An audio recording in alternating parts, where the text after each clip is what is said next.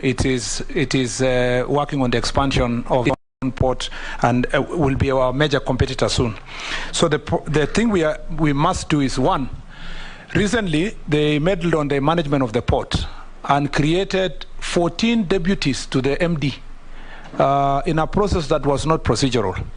As soon as I am approved, I will make sure that the board of directors, working together with the management and Public Service Commission, will relook at that structure to become a structure that is functioning and can be able to give us results. Number two is that the spirit of fear of threatening public officers and telling them to do this and you must be aligned to so and so will come to an end. I'll make sure that everybody can function to their potential and ensure that they are able to contribute to development of the port. The privatization of many parts of the port, which happened, I'm surprised, Honorable Mishi, you have an issue with it, because a lot of it happened a lot in the last 4 years. And Dubai Wall issue, MSC issue, certain local private investors that have taken over already developed BATs by the people of Kenya and almost even paying nothing, including the ICDCs that were given to private investors after the Kenyan government spent about 5 billion. When I get to office, hopefully with your approval, I will make sure that if you used to hear what Kimani Ichung'wah used to call state capture, that is actually what state capture means. It is the use of state power to benefit a few individuals. I'll make sure that I dismantle those agents of state capture and return resources back to the people of Kenya so that the people of Kenya can benefit. On the question of the return of operations to the port, it is important to note that the declaration made by the president was on freedom of choice, freedom of commerce.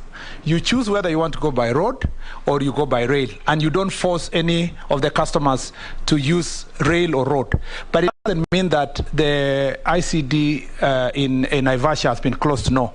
The Port of Mombasa, the Kenya Ports Authority is working on a mechanism of attracting the investors, particularly the government of Uganda and South Sudan, so that they can use the port in Naivasha. We also encourage the county government of Nakuru to work with us, if I am approved, to ensure that the investments in that place are improved. The other issue I want to add on the issue of the port is that is the SGR issue, the transport system. We know that the goods are cheaper if they are transported by rail, but they become expensive when they reach the end of the rail to the last mile. The Kenya Ports Authority is working with Kenya Railways to ensure that they can assure a customer that when your goods are loaded to the railway, they go straight to the last mile.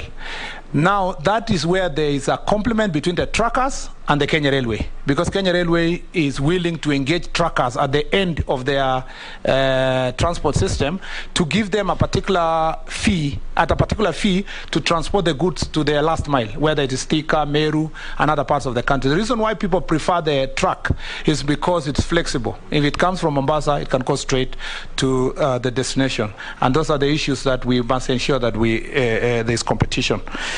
On the SGR, let me start by saying this. In my preparation to come to this committee, I spoke to everybody whom I thought was a person of influence. And none of them would tell me they have ever seen the SGR agreement. None. None. And I don't want to drop names, but none would say they have seen the SGR. Now, this agreement has become opaque. It's akin to the other agreement we have had in the political circles, where party leaders are told, you just signed the dotted line, don't worry about the contents up here. That is why, Honorable Mishi, you are speculating that maybe the port has been used as a guarantee. Maybe it has not been used as a guarantee.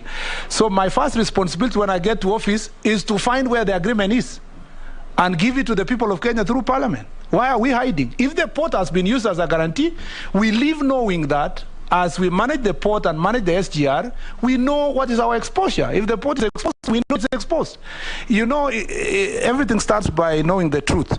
And then, you know, the repayment of the SGR now, at least up to now, we are up to date. The problem, Mr. Chair, with the SGR is that we took a loan of 20 years on an infrastructure of 100 years. It becomes impossible to be able to pay that loan by revenue that comes from the railways. And even in 50 years, it will never